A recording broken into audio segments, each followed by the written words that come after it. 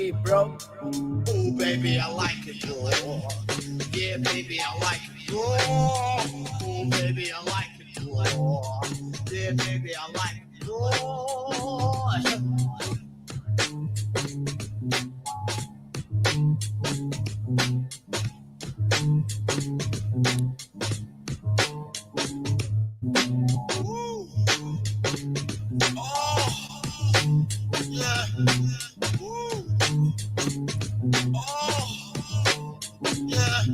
Good morning, good evening, good afternoon, or good night. What's up, guys? How are you? Just trying to see if this works here. No, for some reason it's not working. Jesus, what is going on here? Oh, that's why. All right, let me try this. 5, 4, 3, 2, 1. Oh, yeah, my soundboard's not working. It is what it is. All right, good morning, ladies and gentlemen. Yeah, I don't know what the fuck's going on here. This fucking piece of shit. Should be working. I don't know why this has been giving me such a big problem over the last couple of weeks. My soundboard. But oh shit, we're live. Hey, ladies and gentlemen. Good evening, good afternoon, good night. I might have said that already. Good morning. This is I Like It Raw, your Monday Night Raw review show here at HMG, that's Hamin Media Group. Exclusively here on YouTube.com. YouTube.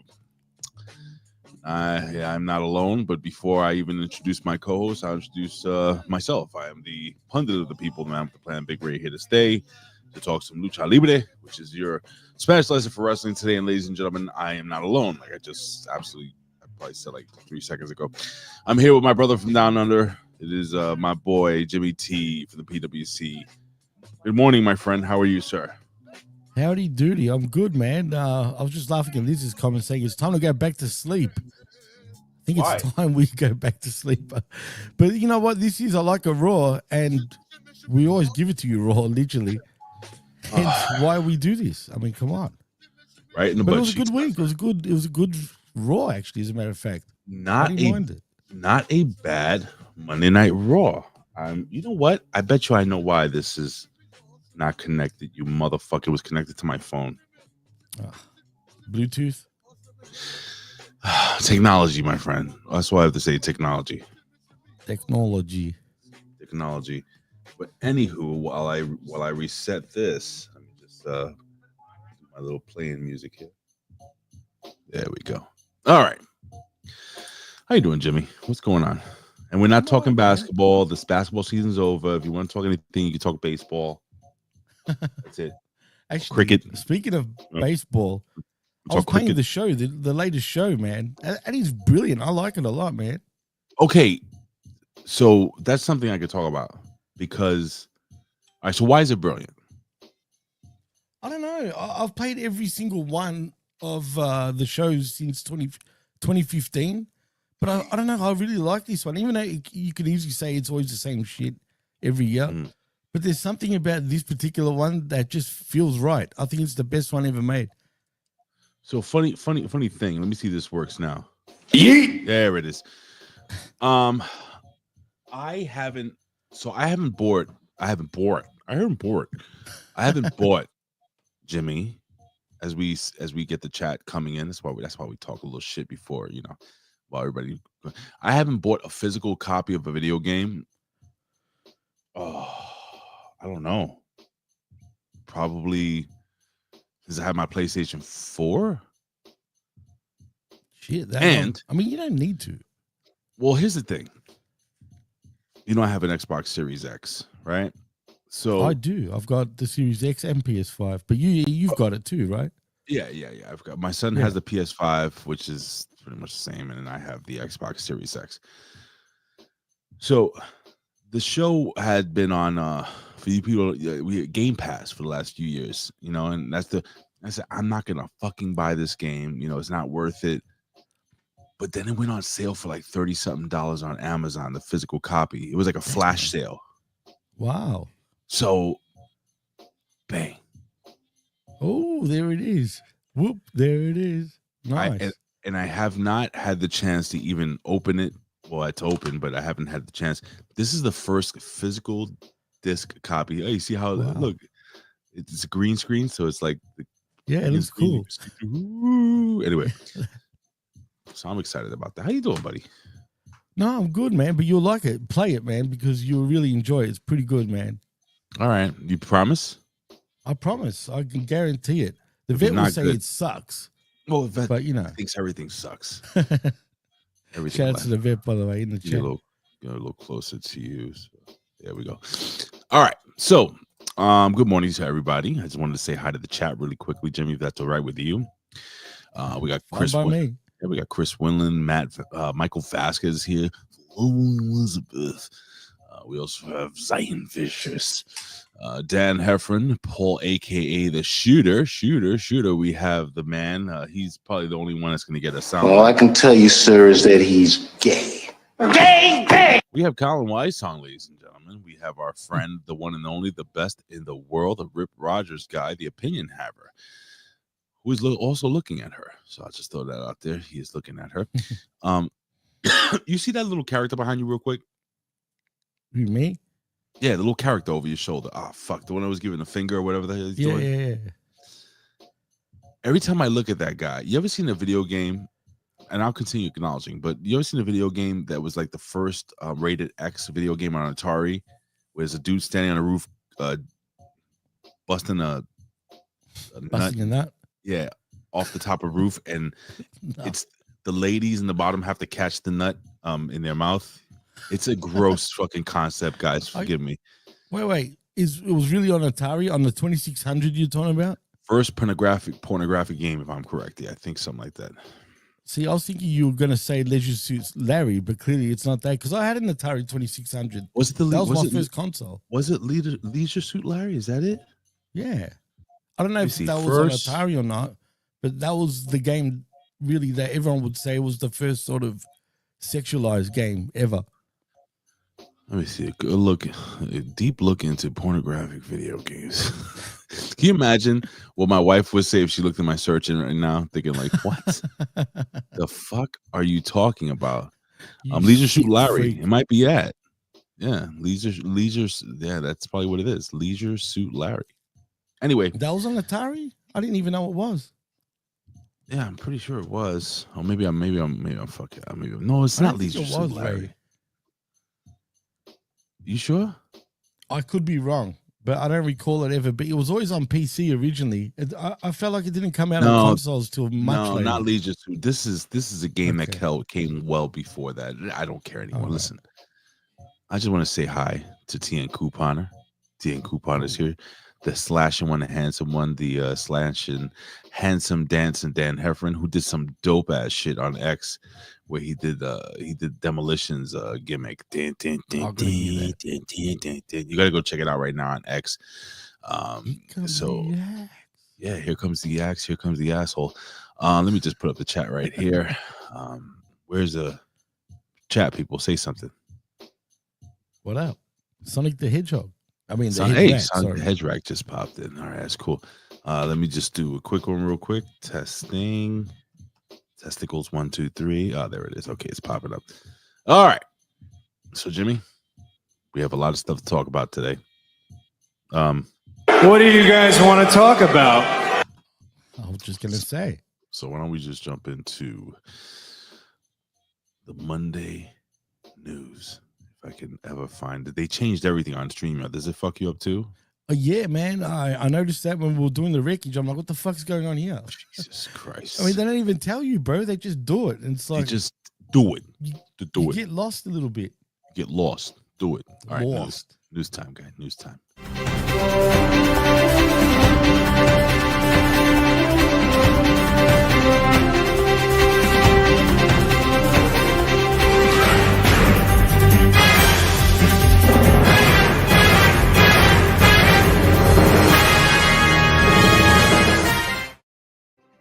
All right, ladies and gentlemen, we have some news. All right. So, are you familiar with the magazine or newspaper called the Newsweek? Yeah, absolutely. All right. You know, it's a pretty big deal, right? Well, yeah, it's a big deal, but it's not like I go and like buy it or anything like that. Or, No. Or read it. But yeah, I know what it is. I'll throw this up here on the screen. It says former star. This is Newsweek, by the way. reporting this. Former star accuses WWE of stealing his gimmick. I don't know what this is. I knew it was this. My buddy Vito has made Newsweek, folks. So Noel shared this with me, and basically, long story short, I don't have to share the whole thing here, but former WWE, WCW, ECW star Big Vito has publicly accused WWE and Paul, aka Triple H Levesque, of ripping off his established Italian street tough, thing, gimmick, and he even put this shit up. I think I showed Ben and stuff. I saw it. Are you talking about on his personal page? Yeah, it's true, man. He's getting ripped, bro. Bro, so here's the deal. They, they reached out. I've come on this show. I've come on Next Level Wrestling Review, and they have legitimately, or let's say allegedly, they reached out to him on several occasions to get his input on the storyline. I don't know if you noticed, from what they started as a faction when they were doing the whole mafia gimmick, they're right. changed, their look changed. They totally changed. That was all Vito. That was Vito's people. That was everything. All of it. So I wasn't joking when I said they were going to bring him in to do something with them. And then after they took all his ideas, after they took his designs, after they took everything, and then this little piece of shit, Stax Lorenzo, tried to be a smartass on social media. Yeah, because he's a fucking French kid. He's not even Italian. That's you're kidding. Stax is not Italian. He's French. He's a French. God. He's anyway, a French. He's a French baguette. You could change the B to an F maybe if you get what I'm saying. Interesting. Interesting. Zane Vicious, you can suck my hairy balls, which they're not because I shaved them using Manscaped. They can now sponsor us, Manscaped. Love you, Zane Vicious. So anywho, so now they have all these people reaching out to Vito that allegedly work within the WWE. Like, hey, why don't you shut the fuck up? No. So now they're blowing it up, and it's just this is a wrestling business, and this is why people like Stevie Richards and Vito and good people that have kind hearts, sometimes they don't get over, man, because people take advantage of them. You have to be a real snake oil salesman to that's why the vet couldn't leave. As much as the vet is angry all the time, he's possibly one of the most decent human beings I've ever met. He really is, but stop it. No, he's terrible. He's a terrible human being. He yells at Jimmy, throws things at me. Anyway, go ahead. Your thoughts, Jim. Yeah, well, funny. I'm glad you brought it up because I actually commented on Vito's Facebook page about it, and that pissed me off. I'm not going to lie. After reading what he said and how he pitched all those ideas, it hurts. Yeah, I would be pissed if I was him, as he is, and as he should be. They gaslit him, first of all. Typical WWE, right? Gaslighting all of us, gaslighting him, and on top of that, they're a freaking bunch of thieves. Yeah. I mean, how do you do that to someone, man? You pretend all this bullshit. You say, yeah, we're going to bring you in. We want all your ideas and we want your input, just for them to be like, fuck you and take everything, man. That's what they were wrong, leaning bro. On. But if you looked at the storyline when it was happening, they were actually leaning towards, talking to somebody higher than Tony D'Angelo. Now it was supposed to be him. It was supposed to be him. I'm telling you guys, it was supposed to be him, and I was so excited. I was looking forward to him. And they just used them. And yes, Elizabeth, she says, I didn't know that. Are you referring to Stax Lorenzo being a French boy, a little French baguette? I think she's talking about your balls, bro. That they're hairy? They're not hairy. Yeah. Yo, dude, my wife bought me a man. Hey, my wife bought me a Manscaped, and that shit, smooth as. You told me that actually off the air a few weeks back. Sometimes my hands will, when I'm scratching, it'll slip off and my finger will go right. Anyway, you don't want to know. What the hell's wrong with me this morning? I just woke up, folks. It is what it is. I wear this so last week I fell asleep on my Apple Watch and I had this big square thing, and now I have these lines here because that's the worst. I wear this blindfold, I right? can picture that. Yeah. Right? With a gag ball. No, that's another night. I wear this blindfold with 2 Bluetooth speakers built in, and it's soft. And then I fall asleep listening to like music or ASMR and shit. And yeah, Koopa is here. But yeah, man. So I have this big fucking mark on my head. Why am I talking about that? Nobody cares.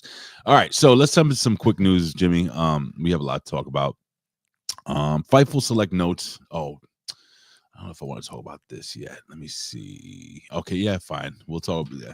I don't know what the hell they spoke about yesterday. So if there's a news story that they spoke about, then we could just pass it. But I guess we could quickly brush over because you guys didn't really talk about it on the wreckage. You talking about you truth? kind of like about truth and yeah, because now we thought it was bullshit at first. We didn't believe. Well, I kept sending you messages. I kept sending. I know, but you guys, thought because everyone was doing it, we thought like everyone was trying to like it was a troll suddenly, and then we started believing it, but we didn't know enough to really get into it yet. You know what I mean? Well, so that's why we didn't really touch on it. Well, still nobody really knows enough. The only thing is that look, the Miz may be gone. We don't know yet. Carlito's definitely gone. That's why he won the World Wrestling Council title. And right. They kind of fucked him over with that, from what I understand, because it was believed that he was going to bring that belt onto WWE TV. That was the rumor. And then the R-Truth thing. And, some people, I put up a post about it, and some people were like happy they got rid of, he wasn't funny and tired of his shit. And I'm serious. I'm dead serious. Oh wait, I have that. No, I'm serious. I'm dead serious. And I was like, man, people really don't get this dude, like how important he really was to the locker room. Now, I was in the locker room when I was a kid, but I was a baby. I was a kid, and so I didn't understand the dichotomy of a locker room. But his importance, the way I've never seen a wrestler get released. And you get some, hey mama, you'll be all right, or see you on the indies or whatever the fuck. But I've never seen like everybody just like, you Triple H, you motherfucker, because apparently now it's coming out that Triple H allegedly is the one who made the call, right? Unless he's the scapegoat for TKO. That's what it is, I think. Tell me about it. What do you think, buddy? Well, first of all, some people need to relax, though, man. I mean, I've been seeing comments right before we went live here. I was just reading some comments. Some people totally think, oh my God, WWE is going to shut down in 20 years the way they're going, blah, blah, blah. Wasn't it just a few weeks ago that everyone was praising WWE and his new era and Triple H is like a god and a savior and blah, blah, blah. And now suddenly, after these releases or letting contracts expire, shall we say, because it's not technically a release, everyone's like up in arms. Oh my God, WWE and their morale. And sure, that's the problem with Truth. Mm-hmm. By getting rid of someone like Truth, who is a locker room leader, one, and, obviously it's going to bring the whole morale down of the locker room, and it's going to make a lot of wrestlers feel like they're walking on eggshells again, because it just shows that anyone can get, released at this point. Anyone. They're saying the old man would have never, I'm talking about Vince McMahon, would have never released R-Truth, that he loved that guy. And he understood. True, but go ahead. But Vince but Vince does get sick of his toys too, Ray, eventually. He does. But R-Truth was like, because I never thought they were going to let go of Santino. He was like the comedy guy. And then R-Truth became that comedy guy, didn't he, more or less? Like, he took over that role. But I didn't find Santino that funny. Truth is freaking funny, bro. You didn't find Santino's fucking hilarious. The fucking snake. Come on, bro. Son of a gun. Yeah, son of a gun. I don't know, man. I get sick of Santino pretty easily. You know what I'm saying? And the snake was just ridiculous. Let's be real here. But as far as everybody, like, let's be honest though, Ray. It sucks that he's been released. But if you combine his first run and his last run right now in WWE, it's pretty much 25 years almost. 5 years, bro. That's a long run. That's a long fucking run. You know what I mean? That's a lifetime for some people, unfortunately. So people need to chill, man. He's had a longer run than most people have ever had a run in any company, let alone 25 years. All right. So, I mean, sometimes you need to do what you need to do. If you remember, Ray, and everyone listening and watching, go ahead. Didn't Nick Khan say we're not going to keep any wrestlers just sitting around in catering doing nothing? Yeah. Well, this is what's happening. Yes, Truth was on Saturday night's main event. Yes, he done the Cena thing briefly on the press conference. But other than those, what was he really doing? He was leading the locker room. Well, yeah. If you want to keep a guy for that, I absolutely understand. And I do believe you shouldn't treat guys like that the way they are. Well, who are the kids? Who are the kids honestly going to learn from? I mean, you're right. But do the kids listen these days anymore? That's the thing. I think they actually listen to Truth. Look, Tony, real quick, Tina Coupon is saying, will Tony Khan and AEW go after Ron Killings? And then Elizabeth jumps in. She says, I saw that Santino called Truth and told him to come back to TNA, which I think would be awesome. Makes sense. To work and have a light schedule. He could also work the indies. First and foremost, he's going to make tons of money on the indies. He'd be fine, man. He's going to be good. I'm sure he's going to be fine. But and Zane told you to shut up. Of course. Yeah, of course. Suck my balls, Zane. Oh my god. Yeah. Suck all our balls. Do you use Manscaped? But yeah, man. Listen, I'm just saying, man. I think from what I understand, Truth was one of the very few voices in the locker room that people did fucking listen to and respect. And like everybody fucking loves the guy. So I'm starting to think people are blaming Triple H for this shit.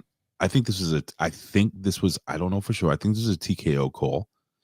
And I think Triple H has to, what do you call it? Triple H had to take, like I said before, he had to take the heat. An opinion, however, the vet says he should go right back to TNA as Angry Ron Killings. For the people that didn't, the Truth, literally. Yeah, people that hadn't never seen his run in TNA. I think you mentioned it, that he was the actual first black NWA World Heavyweight Champion. It wasn't Ron Simmons. Ron Simmons was the WCW champion. Yeah, exactly. True. So he won that in a tournament. I think he beat Ken Shamrock or something. Was it Ken Shamrock? His first run, yes. He beat Ken Shamrock. I mean, he's fantastic, and yes, he looks the same that he did. But also, if you're talking about business, for what you pay Ron the Truth Killings per year in the WWE, you can pay 3 NXT talents coming up to the main roster. For sure. But you know what, though? If I was Tony Khan, though, I would strike while the iron's hot, because the thing is, the perception will change if Tony actually pulls the trigger and signs Ron Killings, man. I don't know, dude. Like, something tells me that R-Truth is just they're gonna sign him to one of those Legends I've deals. got a feeling too. And they'll create an ambassador role for him, and he may work for TNA, and he'll do some shit where he comes to NXT. I just give us some time to simmer. The Miz is a different story. And the Miz is another guy who's like he's a Swiss Army knife. He's a guy that you can cool off and reheat anytime. He can be a mid-card champion, and he could be a main eventer anytime at the drop of a dime. Also, he's superseded. Like he's become bigger than his, people know him outside of wrestling from his show, The Miz and the Misses, and so on and so forth. And the Miz has created quite a career for himself as well. If he gets released, we don't know for sure. I don't want to spend too much time on this. Also, rumors that Charlotte is getting spoken about. And I said this over a month ago and I called this to a T. I said this on the Smack Attack with RBV. I literally said, don't be surprised if there's a changing of the guard coming. Oh. Changing of the what? It's the chief. Don't be surprised if they release someone like a Charlotte even. You know what I mean? And because all these women that are coming up, I feel like there's a whole new batch that are coming up, and they want to get rid of a lot of the old guard. But that's just me. But don't worry about that for now. Yeah, well, anyway, ladies and gentlemen, we have the man who is, of course, he weighs 911 pounds. Ooh, he is 9 feet 11 tall. He is the owner and founder of Hamin Media Group. It is the one and the only. I can't find his fucking music, so I'm not going to try. It's all good. Just sing it. No, all right. I'll sing. How about this? That's it. I got it.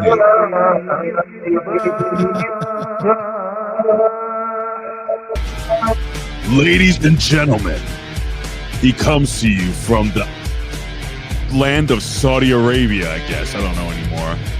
He's 9 feet 11 inches tall, 911 pounds, ladies and gentlemen.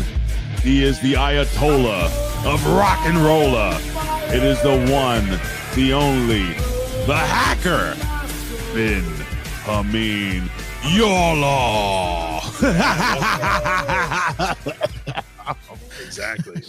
Exactly.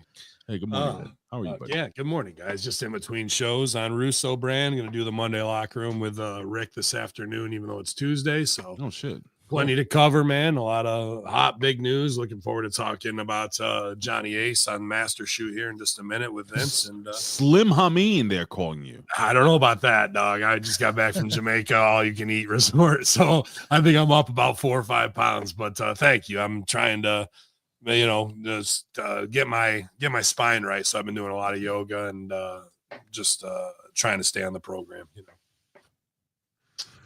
Well, good morning. Good morning to the chat. Good morning to you guys. All subs out there, man. Good to see you, boys. Yeah, we got everybody excited that you're here. It's dark down there, brother. What happened? You have somebody tied up in the background? It's just fucking.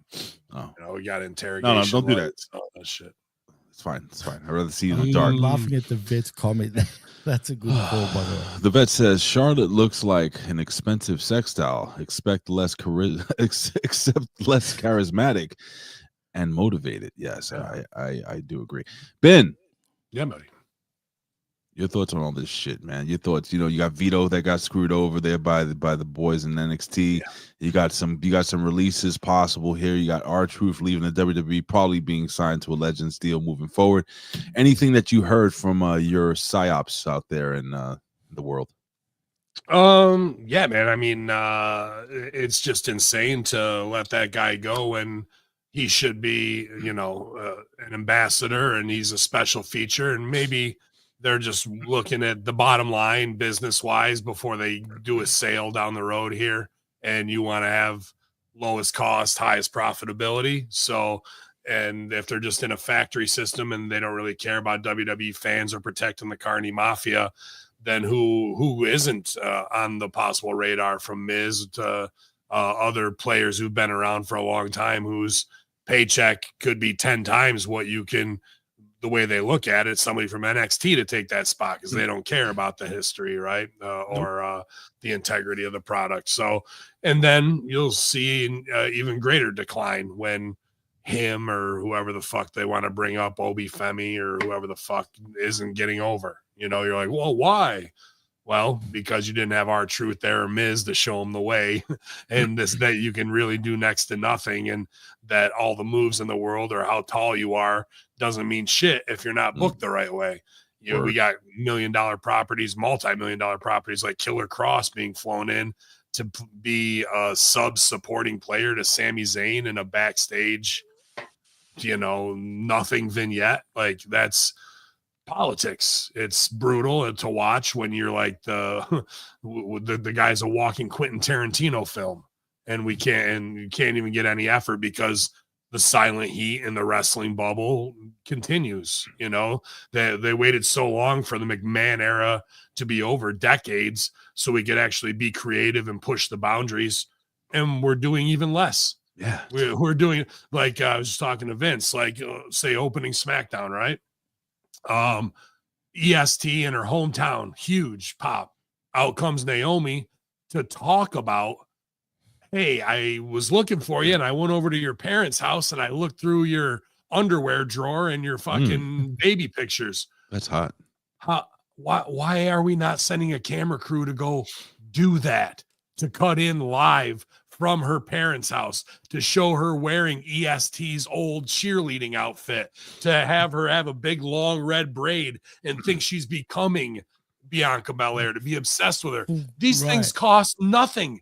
Yeah. It's not like you're fucking having to go destroy a fucking supermarket like Booker T in Austin did. Hilarious. Go to her room and do it. That is pure, unadulterated laziness, lack of effort and no one caring. And then you march her down to the ring to say it, and it's plotty and predicated. When I say show, don't tell, that's what I'm talking about, bro. You couldn't even go over there and do that. You have to tell me so I imagine this scene in my head until we finally get to where the heat is. That's terrible. That's terrible work on the creative, on the producers, on the fucking heads of state over there, bro. Ben, what do you think? It's unexcusable. What do you think about my idea or my assumption that they saying that everybody's putting the heat on Triple H? Do you think it's possible that TKO are the ones that actually, like Khan and TKO, they really made the decision to release people like R-Truth and Miz, and then Triple H is taking the heat? Do you believe that? Whose name is on the credits at the end of the show? Some guy, Exactly. Paul and I talked about this with Vince too, and this is Al Snow 101. And you know this, Ray. You've heard me say this 1,000 fucking times in all the shows we've done. 1001. Yeah. Put heat on your heel, make your baby off your heel. We had John Cena and Ron Cena in the main event, Saturday night main event. And even fucking Killing's doing a job for Cobb on SmackDown. Who's the heat on with the R-Truth leaving right now? Who's the heat on? Who's the heat on? The heat's on Triple H. And we're never gonna pay that off, right? Yo, instead of making that match, if John Cena beats you, my number one fan, you're fired out of WWE. And then the heat would be on Cena. And if all this, I still believe some of this is a work, because I want to believe that we're writing to the highest level. So we're trying to hook the fans, and they would be hooked if he got fired and then comes back at the very last show where Cena's about to put the dagger in wrestling. Who's the one guy that can save us out of nowhere? It's R-Truth, and he beats him for the belt or what have you, gets his fucking flowers, and he's the guy on a Mount Rushmore moment that saved wrestling from the clutches of John Cena. Even the converse of that, Cena says, I've only got 26 days left. What should R-Truth say to the fans? I'm going to be at every fucking show there is. If John's not going to be here to entertain you, I'm going to be, and endear himself to them. And then he loses that match and is fired, and Bray has to break his promise. But the heat's on Cena. Right now, there's no heat on Cena in this. You just wasted everything, bro. I'll give it to Bubba Ray Dudley, because he came out with something. That was great, too. I listened to that. You saw that, right? And Bubba Ray said straight up, and I'll paraphrase. He says, John Cena should come out and say, I'm the one that called The Rock, and I'm the one who got R-Truth fired. Well, we should have seen that, bro. We should have seen that. What do you think, Jimmy? What do you feel is there, buddy?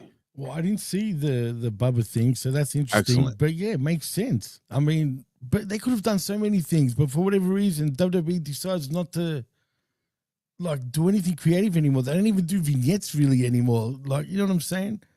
They just don't do anything. And now they're unhandcuffed from the Vince era of being lazy, and they're even lazier in doing that shit. When Lyra Velcro's saying, Becky, you're conniving, you get what you want, and you dude, yeah, show me her going to Paul to try and get what she wants from Aldis or whoever, Pierce, getting shut down. She doubles back, goes to Heyman, who's with her husband. Heyman goes in and gets it done. You got it. You can't just tell me these things. Show them to me. And all the players are in the arena, but you can't get that done. Dude, that's remedial, elementary school level writing on how to write a TV show and show don't tell. And we have nobody stepping up to care about their own business, to get shit done. These champions are finding out 2 hours before the show that they're getting the title as a test to go, are they going to mark out? Are they going to be able to carry it? Oh, they couldn't carry it. Better bury them. Well, you're the one who fucking trained them. Your boy trained them. And you brought them up to the main roster. So who's the heat on? Not the performer. It's on the writer and the producer and the director, bro. But they refused. They're too busy opening fucking Topps cards with Sam Robertson that instead of write a fucking decent show. All right. So I want you to quickly explain to people how important it is to have a Miz and R-Truth in the locker room. Got to. Like why? Explain in the most simple terms for people to understand that have never been in the locker room, work wise. Why is it important to have guys like that in your locker room? because you're only gonna get better by working with people who are better than you. And those guys have seen every scenario where somebody's injured in the ring to it's not working and we need to switch something up and go from heat to gaga or whatever it is to get them back. And you'll feel more comfortable. And when you're out there with a vet, you're excited and nervous, but you know you're in good hands, and you'll learn how to slow the fuck down, which is a major thing in NXT, which is any young talent's going to go 90 miles an hour. And that, like Jizzer from Wu-Tang said, make it half short and twice strong. How do we cut out half of these moves and get the most out of what we're doing? I watched Braun Breaker go off the ropes, off the ropes, off the ropes, super kick, dead fall, dead on that. Now that would have been a Shawn Michaels finish. 3 seconds later, he's back up on his feet, fucking getting back over on the guy, beating the shit out of him. Like, and that's a Steiner who doesn't get it. You know what I mean? You can't go from dead cell to that and expect your work to be looked at by veterans. Whereas somebody hit me with that and I started to get up, they go, stay the fuck down, sell my shit. So I can parade around and go, yo, look how strong I am for 10, 15 seconds. Stand up on the second turnbuckle, give him time to start to bring himself back up. So when I go over and stalk and grab him, then he can bow up, light me up, and hit me with his shit once again. But they're kids, bro. Like that only comes with 8 to 10 years of repetition. You finally start to get this shit, like Rip would say, and then your body starts to fail you. It's the cruel rib of fucking wrestling. Or you get hurt and you don't have to get all your shit in because you have to learn how to work and do character because you can't go 90 miles an hour with a knee brace on anymore, you know? So that the reason to have those veterans in there is tenfold to teach these kids how the pacing goes, how to work the crowd properly, because NXT is a false positive. It's a controlled crowd that's going to do whatever you tell it to do. You know what I mean? So they're indispensable when it comes to passing on knowledge and, you know, hopefully not having to learn the lesson the hardest way possible, having a big brother that's going to be like, whoa. I see what you want to do with this spot. Let's take this out, clean it up, make it digestible for the crowd. That's another big part of it. Because you're trying to do too much, they can't follow. You have to keep this shit simple. Well, speaking about the crowd, guys, last night, obviously, you know, Ben, I think you went on social media saying that the crowd should curse more and should do it. Hold on, and should do whatever the fuck they would, like just curse and yell and ruin the entire show. They tried to ruin the show last night, I guess, you know, because there were multiple times and chants. We want truth. We want truth. We want truth. We want truth. It was going on all fucking night. And I would implore the WWE universe to continue to do that. Let me go to Jimmy first. Jimmy, did you hear the chants? What were your feelings when you heard those chants? Do you think Ben is correct that maybe WWE fans should fucking take over and curse and we don't hear shit? No Pat McAfee, nothing. Well, considering how much they're paying for tickets these days, yeah, absolutely take over the show. Why not? I mean, shit. If you're paying top dollar like that, I would.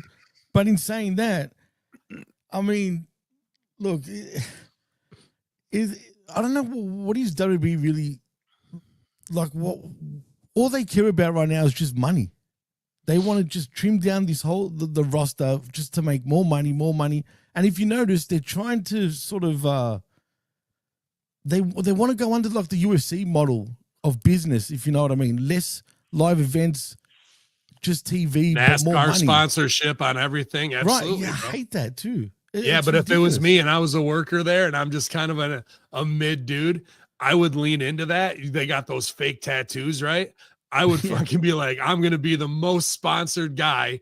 I don't care if it's Tampax to fucking Valvoline oil. Like there's space on my body. Fucking let's do it and fucking tons of money, right? Like if we're going greed and corporate greed. Then how do we lean into that? And then who is the mom and pop shop that's being put out of business that people want to get behind, right? Like all of these yin and yang scenarios. If you go one way, there's an opposite of that, and that we can get empathy for that common man feeling. It's a good point you make, dude. But really, that's what it is. The old days of the mafia, the rules are there, but the care about the fans, the story, and the mom and pop in the moment. That is out the window and gone. It's about the fact that, oh, I can have this kid play New Day at fucking 1/10 the cost. Guess who's on their way out? You know what I mean? So What happened, Jimmy? No, I'm just shaking my head because he's right. I'm saying that Ben's right, and it's sad that we're getting to this. You know what I mean? yeah, This new regime just doesn't give a shit about anything. They probably want everyone to be on eggshells just to prove that anyone, you know, can get fired pretty much or released from this company. You know, no one's, you know, not safe. They want people to be nervous again. They want people to second guess their jobs, which is bad for morale. It's weird because this is like you have people actually coming out and saying that the WWE was better with Vince McMahon. See, yeah, and it shouldn't be that way. It should be the fact that the cuffs are off and we get the chance to make movies, pal, and we do something with the Wyatt Six in a real way. None of that. They hired a major horror writer. What has that guy delivered? You know, and it might not be his fault. He might be handcuffed too, in no budget, or they're just not messing with him, not let the production do what they needs to do. Like they wipe out the whole tag team division and out of nowhere, and it's never going to pay off. And it's just, it's all ridiculously amateur. And then the top guy is over there opening Topps cards instead of writing a show. It's so weird, bro. Yeah. Well, to me, that means they don't care. It's all being shaped up for top dollar, lowest investment to sell to the Saudis or 14th and I Productions, possibly. You know what I mean? Because last week was the second lowest, again, 987,000, when a quarter ago, January, what was it, 20th? That was the debut on Netflix around then. 5 million people. Oh, was it January 6th? Was it J6? It was J6, yeah. Well, we need another riot. The fact that fucking that it's going down like that, dude, and you lost, that's fucking 80% of your audience. It's a lot of audience, folks. Yeah, because I was gonna. Sorry, I just had to go back to this because I got to jump off. What Bubba also said on Busted Open that popped me huge, and I thought was an incredible idea, and excellent. I would absolutely love it. And it's about what I also talk about from improv: finding out and playing the game. R-Truth's game is getting people's names wrong, thinking this person is that person. Things are fucked up.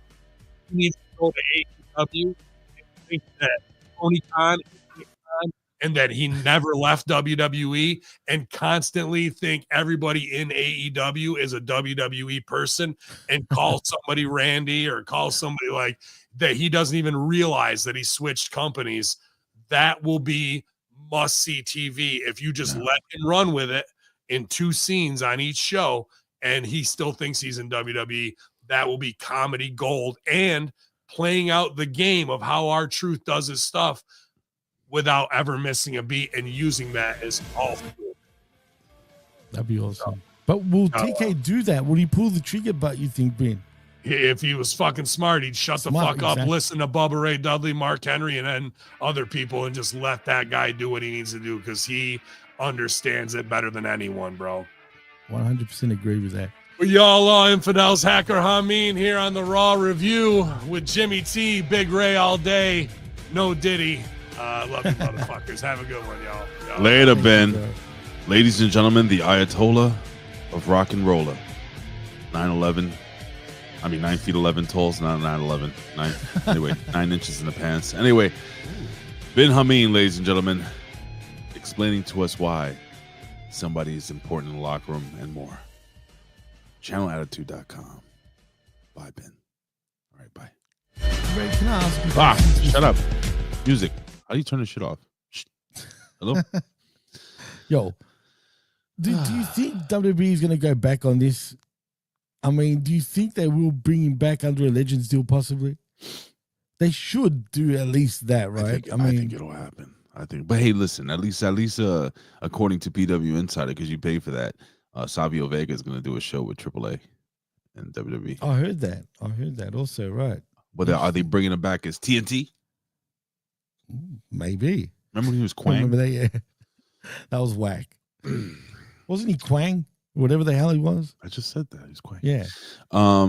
And there's a bunch of reports. You have The Miz apparently unfollowing WWE and all the mentions. I don't know of them what's from up with social- that, and I don't know Yeah, what but- Gunther's doing too. You know what I Gunther mean? It could does be a it. work though. It could all be a freaking work, like Ben said initially. You never know, man, because everyone's acting weird, bro. Why don't they make a faction of released people? And call it what, the Union? Remember that? No. Call it the non-job squad the Get it? non-job squad. because they have no job. Have no Yeah. job. But they're on television. Savio Vega, folks. All That's right. Boricuas. Let me see. Might get another run. The worst fucking Jesus. None of those guys Like looked. that. Listen, none of those guys represented. I'm Puerto Rican. None of those guys represented Puerto Rico. That shit was fucking corny as shit. Nobody dressed And like to be that. fair, they looked more Mexican the way they were dressed. They look more Cuban, like cheesy Oh, TV Cuban, Cuban. yeah. It's so bad, man. Anyway. Oh wait, what's this here? It says CM Punk responds to We Want Truth chants. There were a lot of R-Truth signs and stuff like that. It says, let me see here. Yeah, let me see. I'm just reading this real quick, folks, before it's not really important. Okay. Okay. Yeah, it was cool too, because during the show, Pat McAfee, I don't know if you were really paying attention. Pat McAfee kept on putting over R-Truth. Did you notice it? No, I didn't actually notice that. What was he in what way? He kept using like little terminology that R-Truth would use, and then the final thing he kept saying, "That's what's up." Like he kept saying it throughout the whole show. So people are pissed off, man, and I don't blame them. So, it says here, surprising new details emerge about R-Truth's unexpected WWE exit. This is as per. Is this breaking? Yeah, it's pretty new here. It says the 53-year-old has taken the social media to another. Right, we already know this bullshit. Yep. Let me just see here. The OnlyFans thing that he did. But he says his new Twitter account. I'm trying to. Is this Coach? I think Coach is. Coach revealed that R-Truth was provided with a new contract, but he decided to turn it down. What? This is as per Coach. Now I'm gonna quote it here. It says, "I should put this out there because I had somebody reach out to me and reportedly, and I have not confirmed this, but reportedly they did offer R-Truth a contract that was far less money than what he was making and decided to turn it down." Huh. That's a bit of a moment. Yeah, I don't have that. Well, if it is true, I have this. if it's true, Will you stop? I don't know if that works. I mean, then what do you have to say? Now, look, I've heard rumors, and it's probably bullshit. It's just all the chit chat going on, obviously in the IWC and whatnot, that his contract is like over the $1 million mark, apparently. Yeah. Oh, he has to be. Okay, if that's the case, then I can understand why the company would be feeling like, well, we paid this guy how much money and he's hardly on. So then they wanted to redo his contract, obviously. They probably offered, say, $500,000 a year, and he probably didn't like that, if that's the case. Let me see something here.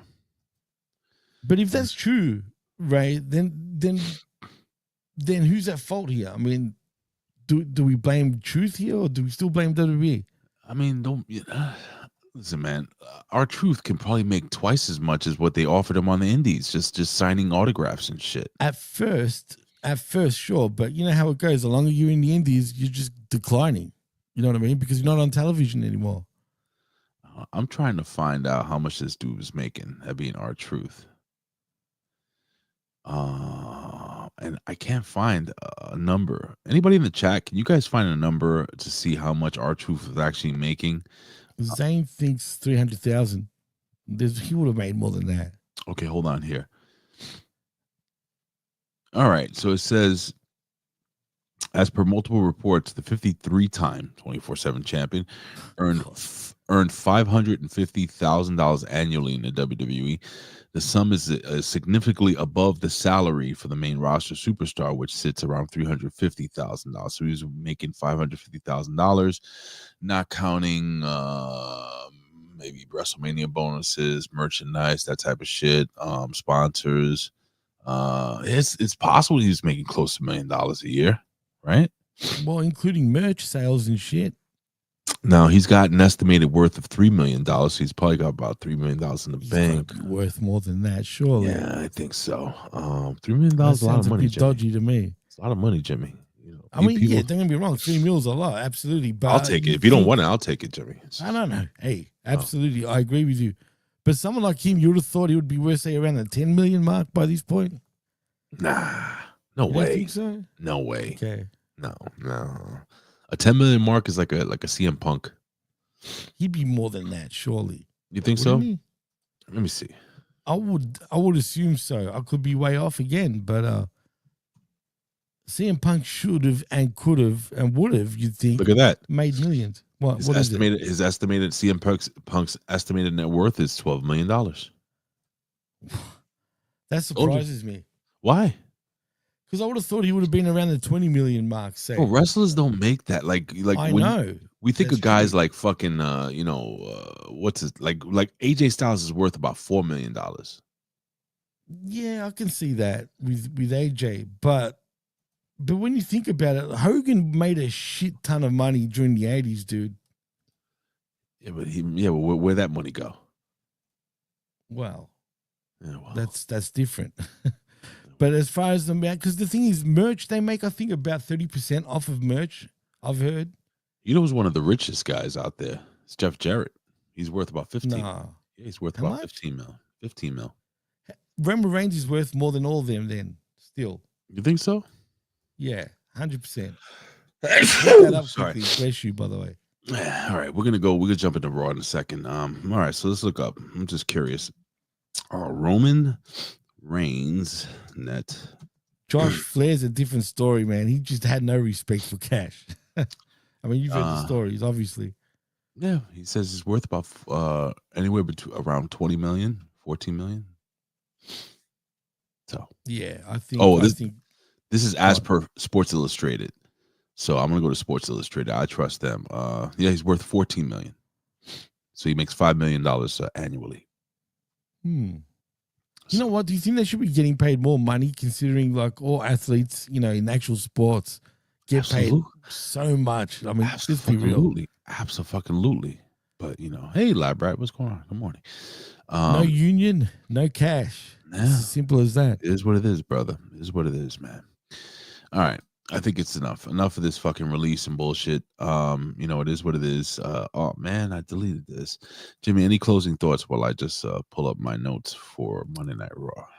No, I think we can move this along while you do that. But I think the next few days is going to be interesting. And if those rumors are true with what Coach is saying,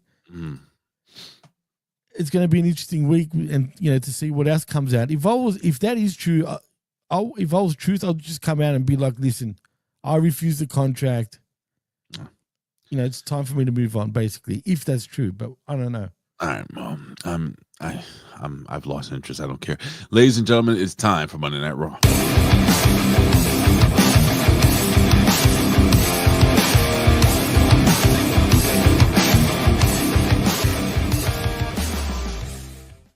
All right, all you sexy people. I'm probably gonna do what the vet does. If it's not really important, we're just gonna probably just give a result and swing through it. This is a go home show for Money in the Bank that's gonna happen this weekend. Me and Jimmy will probably do a quick little, how we do it at the end of the show. We'll give our wins and winners and losers, that type of bullshit. But yeah, dude, we're coming to WWE RAW came to us live from the BOK Center in Tulsa, Oklahoma. And again, Money in the Bank coming this weekend. Jimmy, are you excited for Money in the Bank? You know what? It doesn't feel like it's as big of a Money in the Bank as previous years, to be fair to you. Why do you feel Ray? that? Why do you feel that? I don't know, man. It doesn't have that. Maybe because it's been sort of fast strung, it hasn't had as much build as previous years because, we only had 2 weeks right after Backlash and Saturday Night's main event, straight into another thing. And what's even more bizarre, they announced a World Heavyweight Championship match for the next night on Raw. What? You didn't see that? I don't know. It's going to be Gunther versus Jey Uso. Oh, yeah. On Raw after Money in the Bank instead of it being at Money in the Bank. So But yeah, exactly. Bet. Look at them though. Julia and Stephanie are in it though, and that's what matters. And Stephanie works twice on All right, Saturday. So listen, bro. Listen, we kick off the show. All right, we got Pat McAfee and fucking and this guy Michael Cole. Pat McAfee puts over the fact that he won the bet, and Michael Cole has to wear this disgusting looking Pacers jersey. He's jacked as fuck. He's a New York Knicks fan, and he's over. And Pat McAfee is a fool. So we'll just leave it at that. Let's see what we got here. So we get like the usual montage as arena, whatever. Pat McAfee reminds us, okay, we already know that. All right, it's the summer of Punk time. All right, we got CM Punk coming out, cutting the promo, firing up the fans, ladies and gentlemen, saying that he cut his teeth in his company to please. Anyway, he just basically put himself over during this match. Did you like to see CM Punk? Yeah, I mean, he says it's Monday night. He's happy to be here. Sami Zayn comes out. CM Punk is doing the whole singing along with the gimmick. And Sami Zayn gets on the microphone and speaks to Punk and basically says what wrestlers usually do. Hey, I got your back, but if you win that championship, I'm coming after it. And they want to shake hands and shit. This is the opening segment. This took 20 minutes out of your life. And that is how Monday Night Raw kicked off. A CM Punk promo put himself over, making sure that everybody knew that Punk was back. He's looking for gold around his waist. Again, Sami Zayn comes out, says, I'm looking for gold too, but we're friends, so I'm not going to betray you. You're not going to betray me. Anything to add, Jimmy? Yeah, it wasn't special. I didn't really care about. I mean, it's a lot of the same shit. We saw this last week, the week before, whatever. All I do know is Punk is not going to Money in the Bank, so that's what matters. What are you talking about? We haven't got there yet, Jimmy. No, I'm sure everyone knows. I don't think anybody knows. But anyway, look, it was fine. I don't know where they're going with Zayn. I don't know what's going on with him and Zayn Vicious. I mean, maybe Zayn needs to get vicious. Oh. I'm talking about Sami Zayn vicious. Oh. I just don't like. I don't like the way. I don't like where this is going, dude. Me personally, Right. Unless Cross gets more involved, and again, we'll talk about that later. I have no idea what the hell's going on with Zayn and where they're going with him. Well, what the hell's going on with Liv Morgan and Raquel Rodriguez? They're chatting backstage. Roxanne Perez, she rolls up, and she's like, "Can I help you?" And they're like, "No, we don't like you because you're younger and cuter than us." Well, probably not cuter than Liv Morgan. But anyway, Liv isn't interested in her help, and she walks away. Io Sky is just around the corner, and they start going back and forth. And Morgan says, "I'm going to beat your ass, Money in the Bank," so on and so forth. You know how it goes. Liv Morgan makes her entrance, and we get the first match of the evening. And I got to tell you, folks, this was a good match. I enjoyed this match. I enjoyed this match. And of course, as the vet would say, look at her. It's Ivy Nile versus Liv Morgan versus Stephanie Vaquer.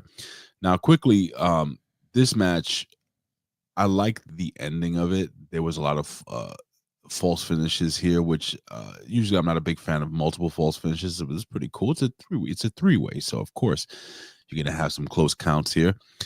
But yeah, dude, there was like this cool double code-breaker spot and really good stuff. Tower of Doom spot. You got everything in this match. You got a lot of doubles in this match. You got a double German suplex where two girls with German suplex at the same time. But basically, towards the end of the match, we have I thought Morgan was going to win with the Oblivion, but no fall. Oblivion was blocked, backslide. We have Liv that floats over. SBB lands a code breaker. I mean, all this shit's going on. But finally, at the end of the night, Liv is taken out. Stephanie Vaquer hits the SBB on Ivy Nile, and you're going to be able to look at her. Money in the Bank. It's going to be her. She advances. Jimmy, we know that we know. Twice? What was twice? She's also wrestling at when Worlds Collide. That's true. Earlier in the day. That's true. Yeah. Earlier in the day. Your thoughts of this match, Jimmy? Your thoughts? Right. Do you think they picked the right girl? I mean, I thought Ivy Nile should be the new champion. She's way more over than Stephanie Vaquer, right? Well, yeah, of course. I know you don't believe that, but no, the right woman absolutely won. And I'm happy for Steph, man, because La Primera is the real deal, man. And you can, what's that? I'm The doing one? her gimmick. I'm doing her gimmick. Numero uno. Yeah, exactly. The La Primera, because she is, man. She's so good, dude. Yes, she is. She's really so friggin' good. And, you know, I just hope she kills it on the weekend. But this match in particular, I enjoyed it, dude. Absolutely enjoyed it. You're saying She she's just knows good, how to bring out the best out of everybody, dude. but you're saying she's good, and it's true she's good, and I just can't wrap my head around how good, speaking of good, that Liv Morgan has gotten, and Ivy Nile is so good. Like, she's a good hand. She's a solid mid card. That's what she is, right? Potential champion, you know, down the line, maybe, who knows. But these girls put on a damn good match. Absolutely, man. I'm And I just was sick proud of these 3-ways, though, Ray. They're doing this all the time, and it's obvious who's eating a pin. You know what I'm saying? It's true. Like in college, I was so tired of having 3-ways. You know, after a while, it gets, you know, all right, suck this, you know, jerk that, you know, it's whatever. AJ Styles is backstage with Fat Paul Heyman, and AJ Styles looking swole as F. And AJ Styles is there, you know, everywhere he moves, all his muscles move along with him. And Paul Heyman's like, hey, I'm fat, but I have tough guys behind me. And he basically says, listen, here's the deal. I'm dating a 20-year-old girl, and she's gonna marry me, and you're not. No, that's not the promo. What happened was, sorry, I popped myself. So anyway, Paul Heyman is basically vaguely making a threat to AJ Styles, and AJ Styles doesn't like threats. And he's like, you know, the old saying, you know, everybody's tough until they get punched in the mouth. What the fuck he says, I don't remember. It's the Mike That's Tyson exactly gimmick. what he said. Did he say that? Anyway, Yeah, it was something along those lines. Anyway, but anyway, what is the saying? It's a Mike Tyson saying. Now I want to know. something about the threat that leads to a punch in the mouth. I forgot exactly. Oh how no, to no, put it, it's but it was everybody basically has a plan until they that. get Until punched they in the get mouth. punched in the mouth. Exactly. Yeah, I'm getting spit roasted. Not me, brother. They were. Ooh. They Brother, were. ooh. Brother. Do I even? I don't have that anymore. I do. I've got it. Brother, what's that? What's that, brother? What's that, brother? I like the long version. It gives you Yeah, more. me too. But more artist, meat on man, that's foul, bro. Come on, man. Anyway. All right. So he slaps Paul Heyman hard in the back, and Paul Heyman does nothing. Back from commercial break, and ladies and gentlemen, in the ring, we have one of the greatest matches of all time. Oops, no, we don't. We have another Rusev promo. So Rusev is back there, and he's like, I am Rusev. I am the guy from AEW that left the WWE, and then I took the gimmick from AEW. And then I'm doing it on WWE. And I left AEW because I didn't wrestle on WWE on AEW TV. But they're doing the same shit here. But I'm going to do the same shit here because I am the Redeemer. I don't know. He's a Redeemer. Apparently he he can wants redeem these nuts. Basically, wow. man. It's exactly the same shit as his AEW run. You said it. Oh, To the point where we don't even see him on television. We just see him on vignettes talking shit. And we're still waiting to redeem something, dude. He's redeeming nothing. I know he's going to have a match with Sheamus. And then what? I don't know. But I'll tell you what. What's next? Sheamus is around. He knows what's up. He's backstage. He sees Natalia. He sees Maxine Dupree. He sees Akira Tozawa. He's like, I'm proud of you, fella. You know, you stood up to a bully, fella. And yeah, so Natty is there. My God, Natty, I don't know why she's there. Why is she still there? Anyway, Rusev gets interviewed backstage by what's her name, Gimmick Schnabitz, and she's like, "Hey, did you hear what Rusev says?" He's like, "Yeah, I did." And guess what? I bully bullies. So that was his. Are you looking forward to this match between the former tag team or team members? Well, first of all, Vet, I'm not bearing his promo. I'm bearing him never being on television. Basically, that's what I'm saying. Yeah. Not so much his promo. But anyway, look, we both know, and this is why I will bury the promo. We know they're best friends, actually. What? Yeah, I mean, he acknowledged that too, to be fair. What? They both acknowledged it. Are you sure? Yes, they both acknowledged it. I know you're fucking around with me right now, Ray, but I'm just saying they both acknowledged it. That they, Sheamus said he was his groomsman as well. I'm talking about Rusev. Yeah. They already gave it away, Ray. So why should we take this shit serious? What? Exactly. What? How do you say what in Bulgarian? What? All right, fine. They're friends, I guess. I don't know. I don't believe any. This whole wrestling thing, it seems kind of scripted to me, but neither here nor there. We got Judgment Day. They make their entrance to the ring. We get Judgment Day, Finn Balor and JD McDonough versus the War Raiders. And listen, you had the New Day. They were along ringside, and then there was a part where you have I don't know, Ivar, whatever, one of the fat ones. He's about to throw one of the Judgment Day into. Oh, and there goes Jimmy. Jimmy's gone. All right, Jimmy has left the building, folks. It's fine. What? Anyway, so basically, long story short, man, what happened here is you had JD McDonough. Here's the deal. Judgment Day wins the match, right? Because you have all this craziness going on, and then Jimmy's fucking back finally, and I don't know, he's trying to get back. Doesn't really matter. It doesn't matter. I miss Jimmy when he's gone. But it's a long match, a solid match between the two. But for me, guys, it's the same shit. Like, I'm starting to understand why maybe these guys, I don't know, I feel like it's the exact same match all the time for the War Raiders, Jimmy, and Jimmy disappears. This is scary. There's some creepy shit going on here. And do you agree with me, chat? Do you agree, like, every time the War Raiders are on TV, it's the same exact match? You get the fat man cartwheel, the fat man flip, you get the fat man dive. I mean, it's just the same shit. But the New Day, they get tossed out because they were going to try to get involved during this match because I guess they were upset or whatever because they got scared and stuff. It was just some silliness. But anyway, the Judgment, they win by pinfall when finally you get the coup de grace from Finn Balor on Ivar, the other fat guy. And Jimmy, I was telling the folks that the War Raiders is the same match no matter who they wrestle. You get a fat cartwheel, a fat flip, and a fat dive every match. It's the same shit. But Roxanne Perez comes out. She's the one who runs interference. JD McDonough spikes the face of Ivar onto the post, and which opens it up for Finn Balor's coup de grace. Your thoughts on this match, Jimmy? Am I right? Do you disagree with me that it's just 100% right? It's the same fat man match it doesn't matter who they wrestle. It's the same match. Didn't one of their wives, as in Sarah Logan, just get released too that we didn't mention? Did she get released? Yeah, she did. She did yesterday or some shit. She posted. No. I know no one knows, no one cares because who cares, right? But at this point, just release these two fat fucks.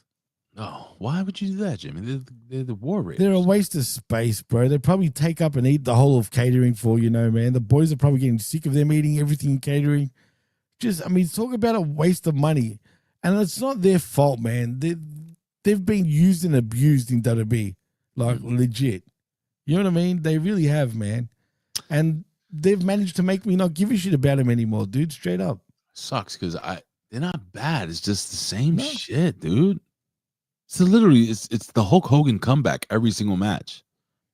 It's the same shit, man. I'm tired. No shit. Tired of as soon as this match started, I walked out. I swear to God. That's how much I care about these two. And let's be real.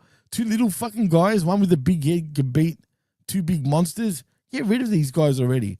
Because you can already see the value that they hold on these guys. Yeah. Zane Vicious cares. Sure he does. Anyway. Okay, well, guess what? You know what? I know you all care because look at her.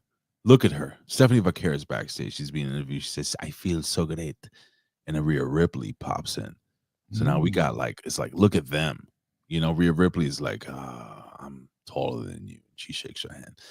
Lyra Valkyria makes her entrance. She jumps on the microphone, and Lyra Valkyria showing a more fiery side of her. She's like, get your ass out here because I want to fucking say what I have to say to your face. Look at my beautiful tan. I got to tell you, Lyra Valkyria looking like a snack, folks. I don't know what it is, man. I don't know what type of snack, though. Yummy snack, huh? She's looking good, brother. She has she's a good-looking young lady, and she's cutting better promos. I don't know if it's Is she really? I think she's not like, I don't know, it doesn't seem as cheesy as it was before. It's not as bad. I don't know. I don't know, bro, because she still sounds like a crybaby. You think so? Yeah, for me, man, it just feels that way. Like, I can't take her seriously, man. I think it's damaged her by the way she's been talking. They should just shut her up, man. But she says she's at angry. This point. She says she's angry. Well, if that's what you call an angry Irish chick, well, that's all I'm saying. Becky Lynch comes out and cuts a better promo than her, and Much better. And she says, hey, listen, if it wasn't for me, you ain't shit. It's the same thing. They've been doing this shit for like a month straight. Enough. It's I know you are, but what am I, Ray? Oh my God. And then the only thing that happens is that, of course, you get Becky who storms off. She runs out of the ring. She's like, fuck you. She didn't say that, but she probably gets suspended for that. But she gets chased down the aisle by a liar Valkyria, and they start fighting. So, well, Vet says they're both trying to make lemonade, but it's coming out like lemon squash. Vet. The fuck is lemon squash? It's like a lemonade, but not exactly lemonade. I've never heard of that. Squash. It's kind of more bitter. Is it the vegetable? No, it's like it's more lemony. Shall I say? I have never. Well, this angle is whack, but they're trying their best. Yeah, I guess they are trying their best. But Vet, do you agree that Liar Valkyria is looking more like a snack? I'm just saying. All right, so we get some stupid basketball talk. Nobody cares about the NBA anymore because the Knicks are out. And we get a hype reel for Penta. Yes, it's Cero Miedo. And he sticks out his tongue. All right. Jey Uso and Sami Zayn, they make their entrance to the crowd. That shit goes for about 50 minutes.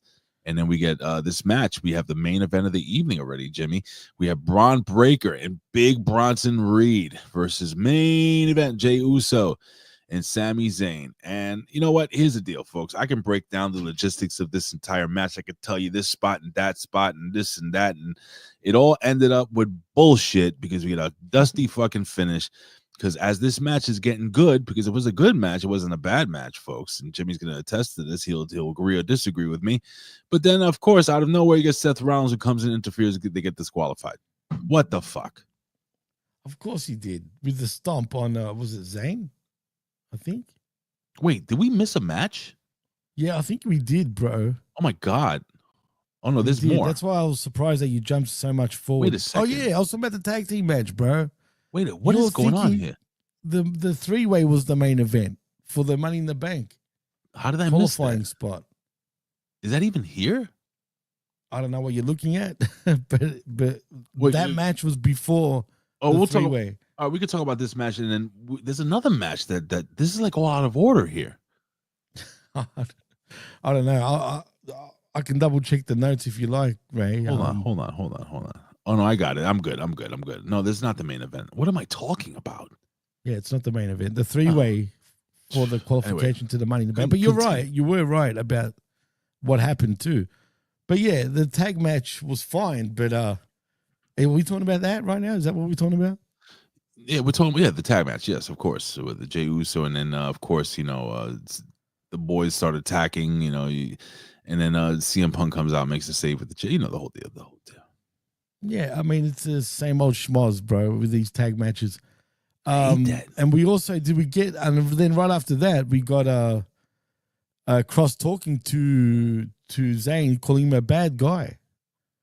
Yeah, but don't forget, like, after this tag team match, Rollins, he pulls the two big monsters. He's like, listen, we'll get them. We know where CM Punk's going to be. We'll get him back later. I guess we'll find out what happens with that. Dude, but yes, chair incident towards the end, did it look like Braun Breaker was overly pissed off over that chair shot?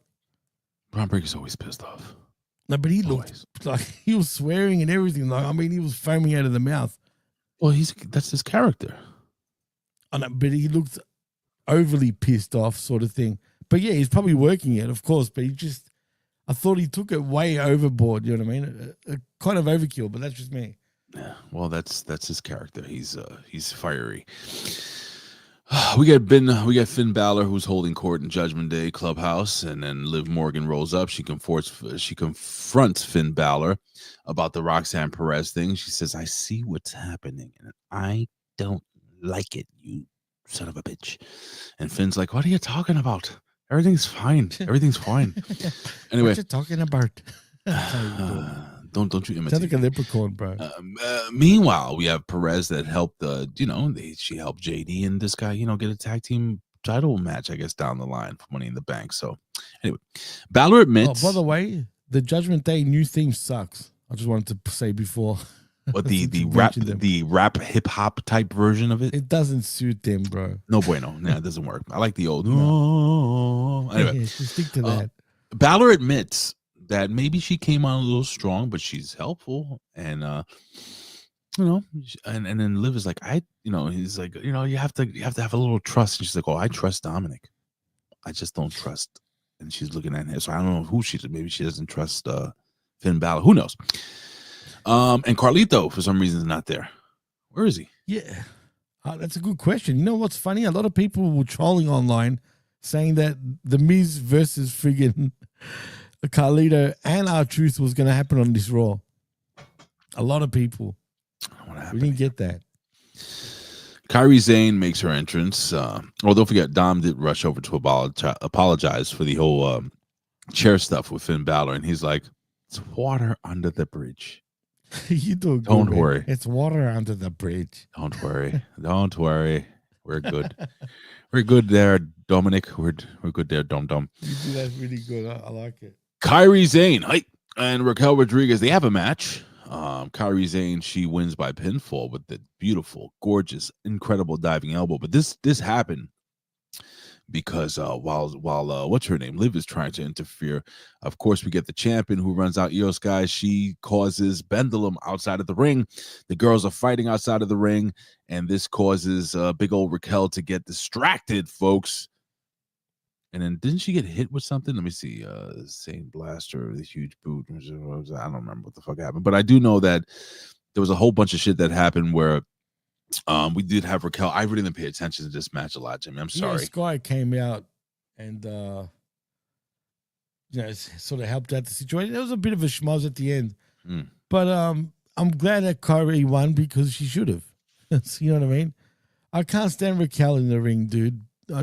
She's just good as the bodyguard. Why are you racist? Why are you racist, Jimmy? I'm not being racist. Is it because she's Mexican? Ring work, personally. It's because she's tall and Mexican. You don't like tall Mexican people, Jimmy? Is that what it is? I love tall Mexican people. Okay. You don't like? So then you have something against short Mexican people? No, not exactly. No. You said you love. You can't love them both, can you? No, I love Mexican people, man. All right. I really do. I've got a lot of Mexican friends. I love their food. That no offense to all my Mexican hermanos out there, but Jimmy, question. I don't like the beans. Be honest. Out of any cuisine, okay? I'm going to be in chat. biased. I want to ask you guys in the chat. Also, what is the most delicious food in the world? Is it American food? Is it Italian food? Is it Chinese food? Is it what do you think is the most delicious? Jimmy hates Mediterranean. I agree. My background is Mediterranean, Zane. You. Well, that's why you. So, what's your favorite go-to? Like, what do you think is the great? I think Mexican food is the most delicious food in the world. I honestly feel that. But what are your thoughts? Honestly, I love Portuguese peri chicken and Greek food, bro. That's my favorites. Italian, I get so sick of it because my significant other is Italian, so I eat a lot of pasta, bro, and I'm just so done. Liz, you can hang out with me, man. You can hang out with me. We have some margaritas and some Mexican shit, and we can make fun of Jimmy behind his back. Just no beans. No beans. Well, Josh said, Jimmy, beans are a magical fruit. They are? Yeah, no thanks. Yeah, they make bean stalks. Anyway. I love burritos. I love tacos, but no beans in it. I don't know, but you have to have beans, Jimmy. Anyway, it doesn't matter. All right, so we have Liv Morgan, who was bleeding from her forehead. I don't know how all that happened, but it happened anyway. And then whatever. Karrion Kross and Sami Zayn are backstage, and Zayn is very upset. He's like, why are you always hovering over me? Like, what's your fucking problem? And Karrion Kross is like, you act like a good guy. You're not a good guy. No one is. You're a bad guy. But what is he really alluding to? I don't know. Maybe he knows something about. Maybe Sami Zayn touched somebody's titty or something that he knows about. I don't know. What do you think? You know, it'd be good, and this is way out there, and I won't do it, but I'm just throwing it out there. Imagine he was bad to the point where he's the real Muhammad Hassan character. Since he loves playing politics, if you know what I mean. Thai food is good, Kevin Marty. Yeah. J12. I love Chinese food too, though. And J12, I love you, bro. It's all good. Doesn't matter if you're 5'5" and you love beans, bro, and you're Mexican. I love it, man. I'll hang out with J12. J12. No, he's my man, bro. I love J12. Yeah, we could toast a Jaritas. We could He's my toast perro. Jaritas. I love that. I love that soda, bro. Jaritos is the bomb, bro. It's delicious. It's I'm fucking always delicious. getting that shit. Jesus Christ, it's so good. I am more of a fan. I like enchiladas de mole. Enchiladas. You know what that is? You know what Yeah, of enchiladas course. de mole But is? I'm not the biggest fan, though. Do you know what mole sauce is? Mole? What's mole sauce? It's enchiladas with chicken. I like it. I love enchiladas with like chicken enchiladas, but it's mole is like a dark chocolate sauce. On chicken? It's trust me, and it's hot. It's like a hot chocolate. I can't explain it. You just have to taste it. It just fucking works. Chicken and chocolate, though, bro. I don't know, man. It's a wrapped chicken. It's like I can't explain. It's like a little Like burrito. a burrito, say, right? God damn it, Jimmy. I can't explain it. J12, am I right? There he goes. Look, he's having mole today. Is that what it's called? Mole? Mole. Orale. Enchiladas Orale, mole. de With mole. rice, beans, and chocolate and chicken? Bro, Come all right. on. You know what? I'm going to show you what it looks like. You ready? Go show me. All right. Here we go. We talk about everything in this. See, this is the most honest. Look at this. Oh, no. Don't. Look at this. Oh, wait a minute. Hell yeah. The cake. That's Wait not a a minute. cake. Is that a chicken? That's a chicken. There's chicken Nah, underneath that. bro. Yeah, underneath the chocolate sauce. It's delicious. Nah, See? nah, Look, I right can't here. Do that, bro. Look, see right here. Let's see if we get a better picture. There we go. I'm gonna stop sharing the screen. I'm gonna present this. Now let me share the screen. This is the way you have it. Am I right, J12? What? Well, when you said you need to wrap the show up like an enchilada. Yeah, well, I got an enchilada for you, buddy. Speaking of the vet, don't forget, ladies and gentlemen, me and the vet will be on tomorrow in the morning at 11 a.m. Eastern Standard Time. And after this, you head over to the vet's channel at Opinion Haver on twitch.tv, ladies and gentlemen, and he'll be playing video games. So that'll be cool. All right, so let's wrap this. Yeah, it's true. Let's wrap this up. So back from commercial break, we get the Worlds Collide Money in the Bank gimmick. We have AJ Styles warming up in the background. We had a hype reel for Jey Uso. Then we have Gunther, which I loved this segment for some reason. It was very simple. What are you laughing at? Sorry, it's just what Vet said. It's an intro, right? Yeah. How do you know? For fuck's sake. Anyway, so Gunther sits down with Jey Uso, and I like this a lot, man. Me too. Because I'll paraphrase. He basically says, "Hey, thank you for being a dumbass, because you keep getting in tag team matches and you keep getting hurt, and you're not going to be 100%. So it's going to make me winning the title easier. Thank you for being a moron." Your thoughts of this? And they sat down backstage, and there was nothing, just two guys sitting down, cameras. Just cameras, man, and it worked. What did you think of this?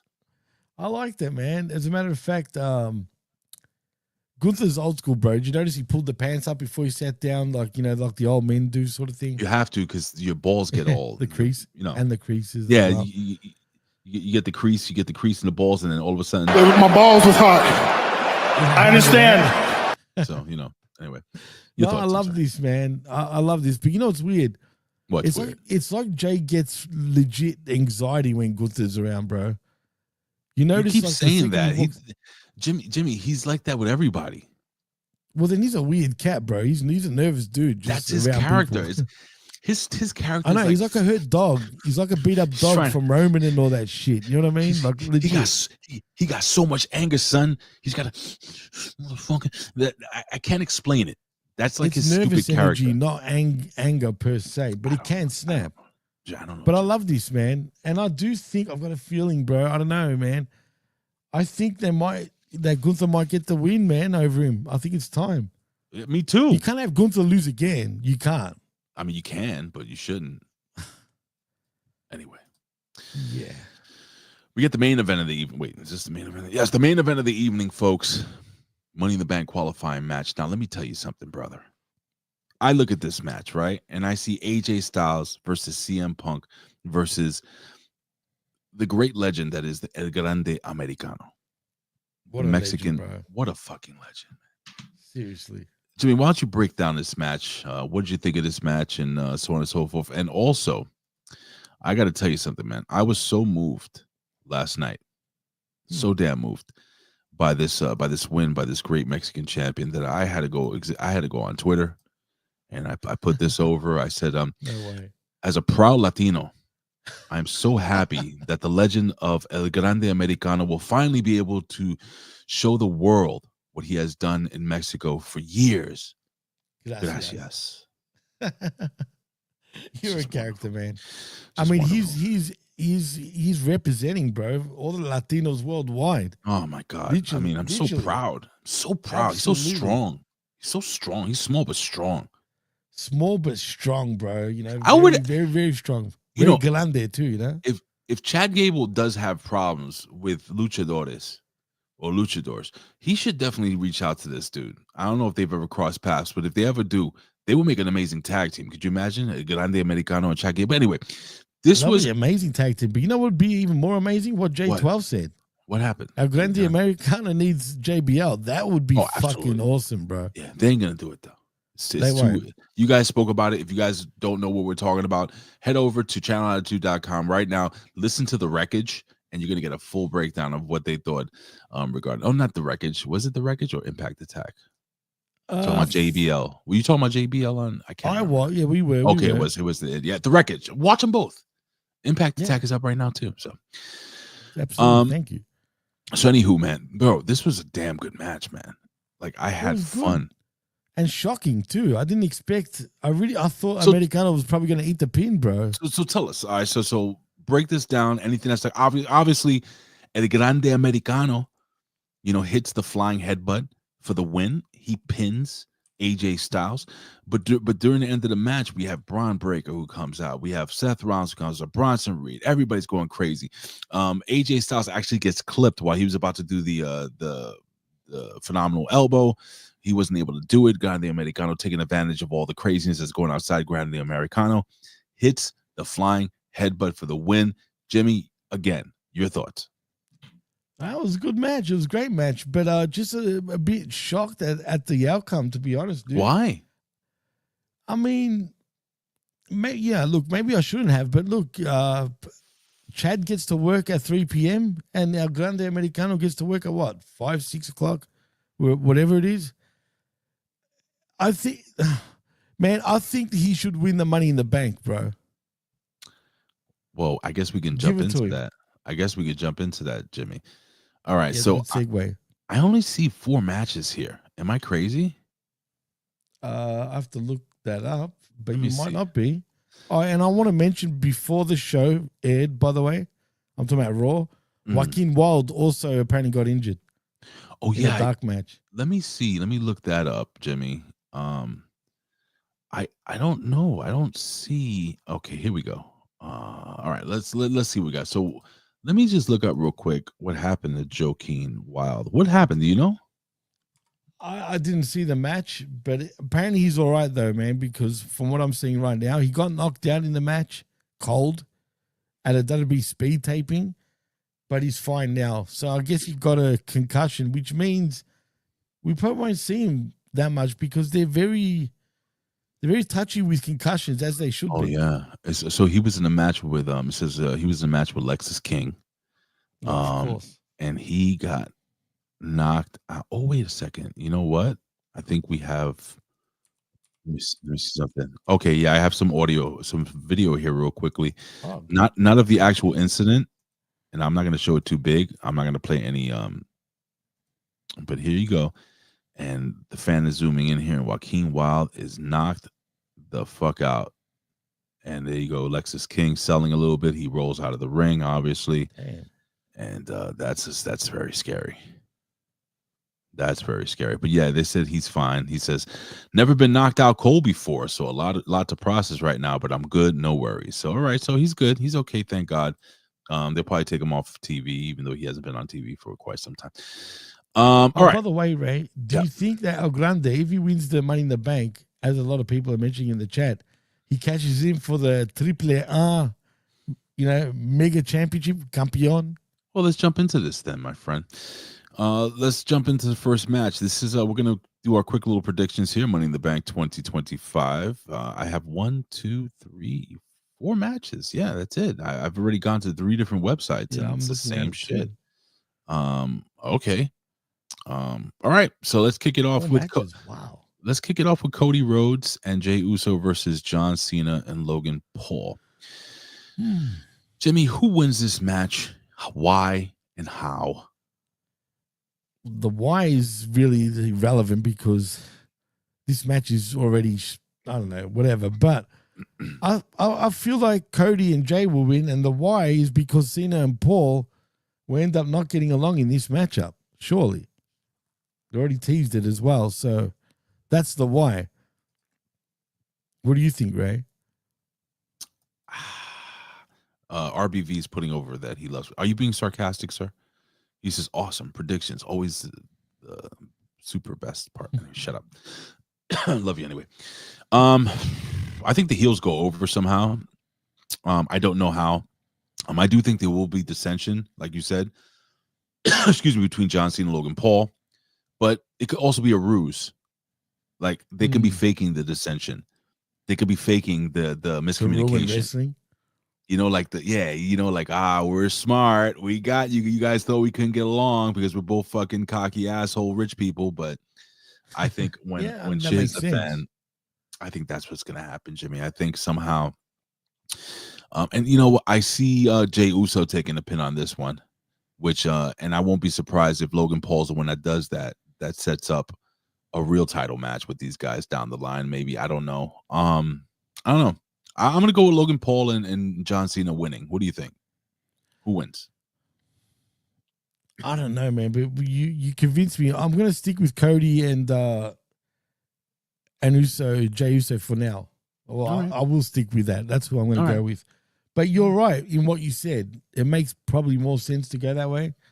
But, I feel like they need to win, man. That's all. Especially that Jay's got a world title match the next night. Or you could do it the other way around, I guess. Right. The reason why I see Jey Uso taking the pin is because I think something happens where he gets really fucked up, like really injured. Injured. And that's the excuse. Right. So now he comes in with maybe taped ribs or something for the match. Like they're gonna really have him like weak when he faces Gunther. Go ahead. What's up? What Labrat said is also true, but it'll be Logan that takes the pin, no doubt about it, if that happens, I think. Yeah, I don't know. Or could it end up in just a schmoz? Or they could have no contest. Or they could have Cody pin John Cena. And then it's like, oh shit, he just pinned John Cena. John Cena is pinnable. I mean, it can go 3 different ways of Sunday, but I think what did he say? Rikishi turns on his son. That's ridiculous. And he did that for The Rock. He does. Of course he does. All right, let's jump into this match here. So we have the last chance. Let me see, match. Last chance match for the Intercontinental Championship. Is that what this is? Lyra Valkyria. Yeah, Lyra Valkyria. Oh, yeah, that's right. This is her last opportunity for the IC title. Oh, yep. Lyra Valkyria versus Becky Lynch. I think it's a slam dunk. I think Becky Lynch takes the title and then the babyface chases. So I'm going to go 100% Becky Lynch. Your thoughts, Jimmy? I agree. I think it'll be better for Lyra if she becomes the one that's chasing, so she can get that sympathy sort of, pop from the crowd. Because the thing is, the more she's talking, the more I don't like her. So, yeah, I think Becky absolutely does get the win. All right. We have the Money in the Bank ladder match for the Women's Championship. We have Alexa Bliss versus Roxanne Perez versus Rhea Ripley versus Julia versus Naomi versus Stephanie Vaquer. And look at them, Jimmy. This is tough now. Obviously, it could be Julia. It could be Stephanie Vaquer. You can't go wrong there. Shit, it could be Alexa Bliss. It could be Rhea Ripley. It could be any one of these girls that go over. I'm going to say, because they shotgunned this girl up the roster so quickly, I think it's going to be Stephanie Vaquer with Julia chasing. Yeah. Somehow, like Stephanie Vaquer. I think Stephanie Vaquer is going to win this, but don't be shocked, folks, if like a dark horse, like Naomi wins this crazy shit. You know how WWE is nuts, and they'll do that. They'll put the fucking briefcase on Naomi to give her like a title or something. But I am hoping it's either Stephanie or Julia. And I see Rhea Ripley eventually. Hear me out here, Jim. I see her eventually because now she's the senior. Right. Weird, right? She's still in their 20s too, mind you. But she's not the new hot thing. She's still hot. She's still over. But will she get jealous of Stephanie Vaquer? Because I can see that, like a jealousy angle moving forward. Some petty shit. And teasing it. And maybe we get Rhea Ripley as a heel versus Stephanie Vaquer down the line. SummerSlam? That, man. SummerSlam. SummerSlam. No. Anyway. Yeah, they've cooled off Rhea a little bit. The thing is, the fans really still love her, but they're pulling her back just a little bit. But in saying that, exactly, Josh, she's only 28 still. Yeah. I know what you're saying right now, Vet. It should be Julia, but the thing is, they really love Steph right now, man. They love La Primera. She's the premier women wrestler right now in WWE, dude. She just really is. Well, listen, I feel it.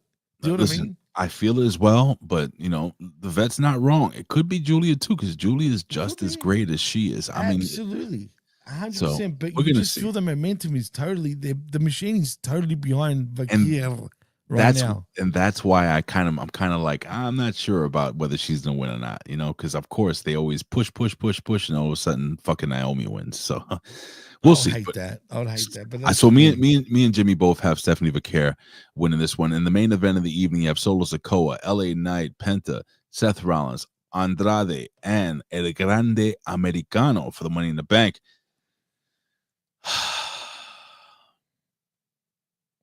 I'm going to go with a dark horse here, Jimmy. What do you think?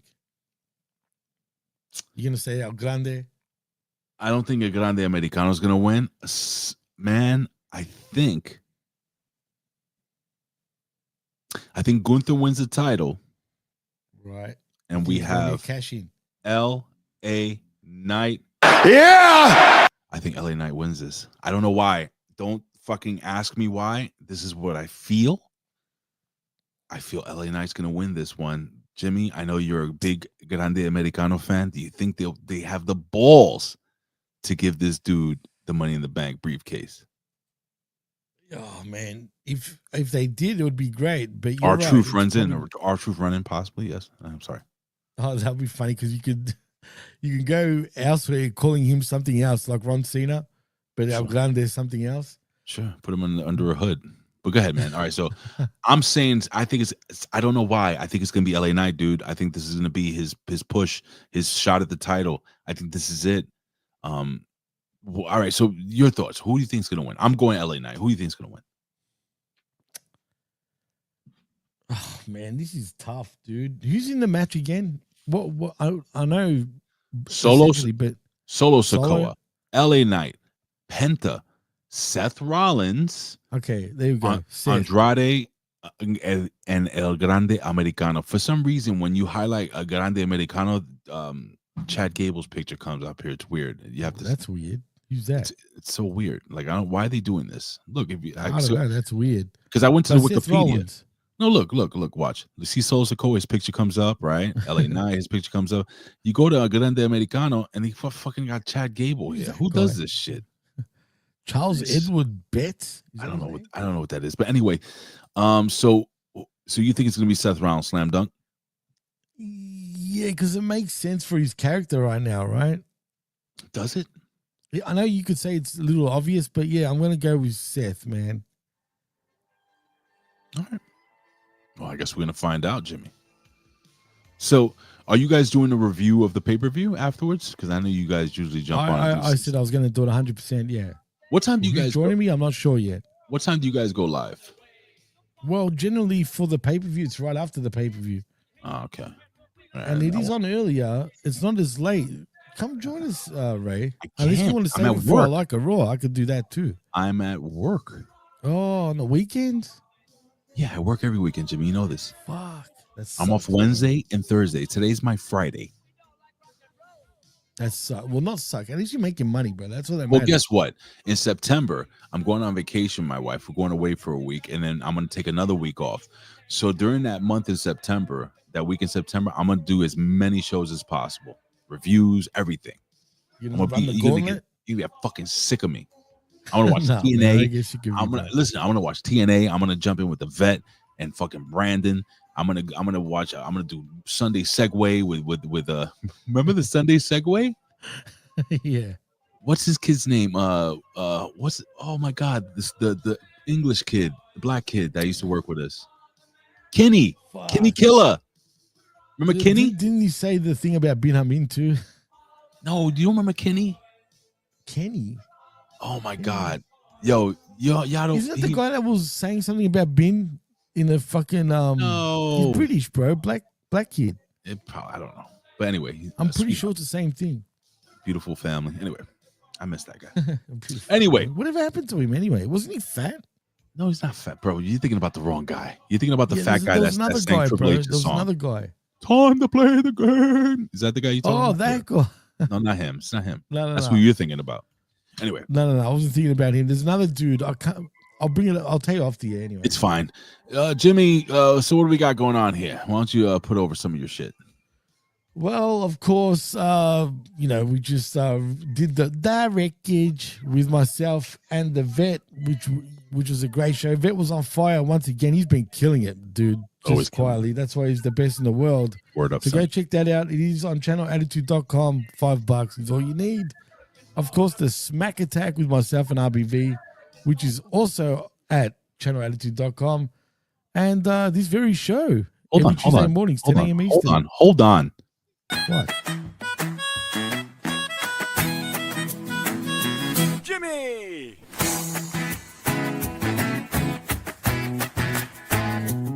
Ricky! Still the best intro. By the In way, all. Rick, he does that every week. I like Just it. so you know. I like it raw. But yeah, Smack Attack. And what else you got there, buddy? Yeah, and I was just going to say I like a Raw every Tuesday mornings right here exclusively on Hamin Media Group's YouTube channel. And that's about it. And follow me at the PWC Network if you want me to interact for the time being on At Twitter. PWC underscore network. Yeah, underscore That's scroll. the whatever one. the fuck you call it.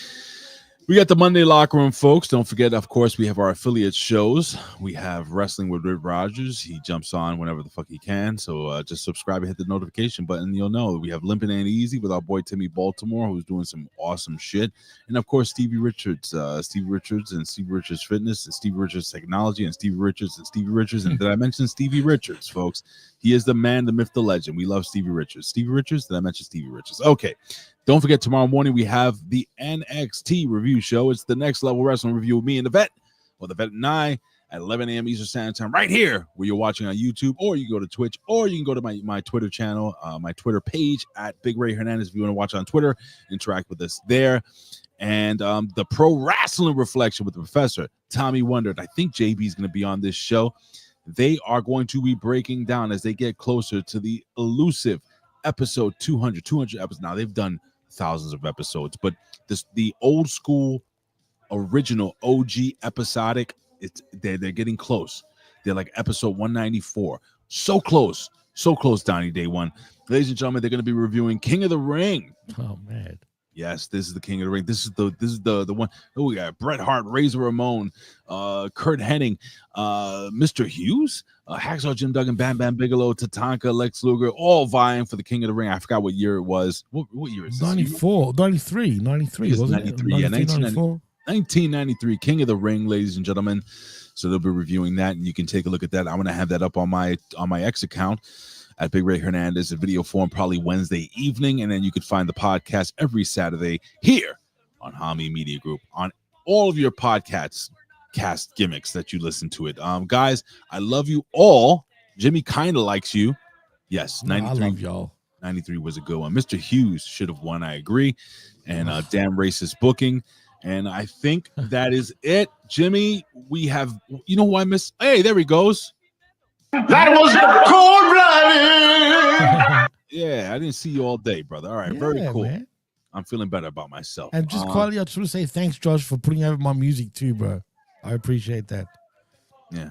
Well, the vet says $5 per show would be a steal, but you actually get 12 of mine. What a bargain. Well, he's the best in the world for a reason. So now you're done with us. You're done with us, ladies and gentlemen. Get something to eat, get your coffee. If you're at work, tell the boss go fuck himself, because you're going to watch the vet play some video games right now, ladies and gentlemen. It is time to head over to twitch.tv / or front / whatever the fuck. Just search Opinion Haver, ladies and gentlemen. We're out of here. We love you. Jimmy, say goodbye to the folks, fans. Ciao. Ciao, bella. Suck my balls, all right? Yeah. Buonanotte. Buonanotte. È tutto a posto, Mari. Sì. El Grande Americano. Everything's Gracias. This is the Hustler Rip Rogers. Yeah, it's fucking me. Yeah, and listen to the fucking Hamin Media Group. That's Ben Hamin Media Group from Rip Rogers. Go get him and go fuck yourself. Amen. And Ben was on the show. Bye. Yeah, he was. I forgot about that. Oh, yeah. Bye. What up, man? Bye, Maddie.